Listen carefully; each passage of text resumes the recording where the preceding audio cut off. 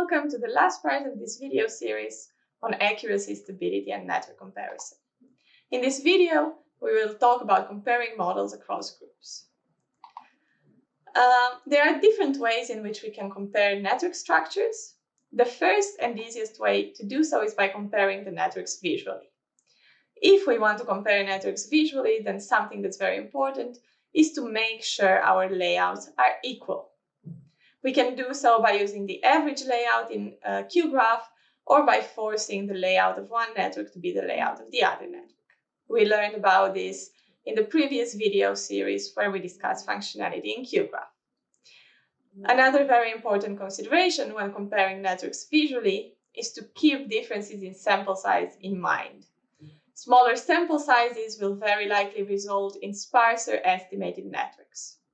And you will be tempted to say, oh, this network is much more dense, it has so many more edges, when in fact it's simply a visual result of a smaller sample size. Another way to compare network structures is by correlating the weights matrices. If we are interested to what extent two network structures may differ or be similar, we can just take each weights matrix after we estimated the network structure and we can correlate the weights matrices and see to what extent the two networks correlate.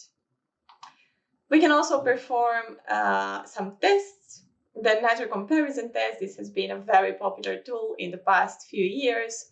This is a permutation test developed by Claudia van Borculo and colleagues in 2016, and it allows statistically comparing networks on three aspects. We will talk a bit more about this permutation test in this video. Importantly, it's best to use a combination of these methods rather than just one method. So for instance, simply visually inspecting networks may not be enough, and it's better if we just combine this with either the network comparison test or with correlating weights matrix, because it will give more certainty in the interpretation of the results. And finally, there are many new methods for comparing groups. I'm going to include a bit about this at the end of this video series. And then there are quite some references that you can look at, and new methodologies constantly being developed, which is great. Going a bit more into detail about the network comparison test, we can use the network comparison test to investigate three hypotheses.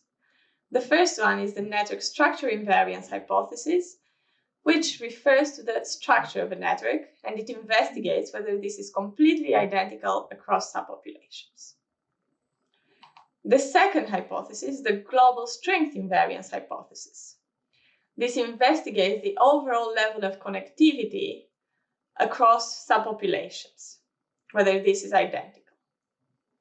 And finally, we have the edge strength invariance hypothesis, which investigates whether specific edges or a specific edge is identical across subpopulations. So using the network comparison test, we can look into these three different hypotheses. As I just mentioned, the network comparison test is a permutation test. And a permutation test can be used to test if statistics from two groups differ. To do so, we take our two data sets, and then we compute a statistic of interest in both groups, either the structure or the global strength or the edge strength.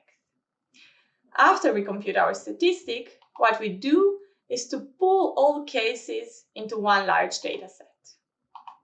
So we take our data set 1 and our data set 2, and we simply put both these data sets together. Then we randomly create new groups by redistributing the cases. So we randomly redistribute cases into dataset 1 and dataset 2. And then finally, we compute the statistic in the new group and repeat steps 2 to 4 to obtain a null distribution. Then we can test if the observed difference computed in 1 is in the null distribution or not.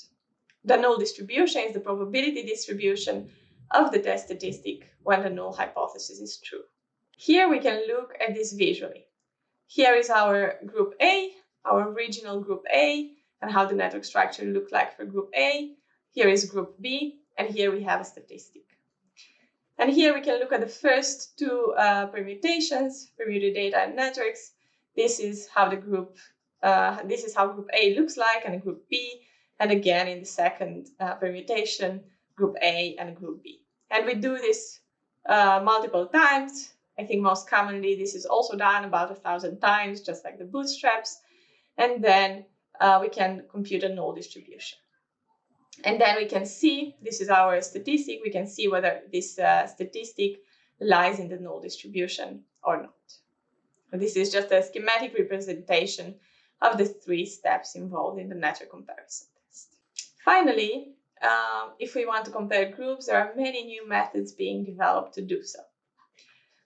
The network comparison test is now very often used, and it always works because it is a purely data-driven approach. However, the network comparison test is not without criticism. The network comparison test often has a low power to detect differences, especially at lower sample sizes. You may obtain a non-significant p-value, but that does not mean that the groups do not differ. Further, the null distribution is not well defined, especially not when model search strategies are employed. For example, with the GGM mod select that we learned about in a previous video series, edges are set to exactly 0, leading to a null distribution of edge weight differences to have a peak at 0. Therefore, some new approaches have emerged in recent literature that can also be used. The estimate group network package allows for estimating a regularized multi-group network model where a second regularization is put on differences between groups. This allows for edges to be exactly identical across groups. The psychometrics package allows for multi-group models in which you can test the homogeneity in the same way this is done in structural equation modeling. The BGGM package allows for powerful Bayesian tests on differences between network structures. And finally, the MGM package allows for specifying group membership as a moderator. We will learn about this in a later video series. For more information on these measures, you can see this recent preprint by Jonas Hasselbeck. This paper includes simulation studies that show all these methods and how they perform, and in general, we can see that they perform adequately. For a short summary of our video series, we saw that we can use bootstrap methods to assess the accuracy and stability of our results. We can use non-parametric bootstrap to assess the edge weight stability, and case drop bootstrap to assess the stability of our centrality indices. And then we learned about comparing groups by either visually inspecting 2 networks, correlating weights, using the network comparison test, and also we discussed a bit about many new methods that exist out there for comparing groups.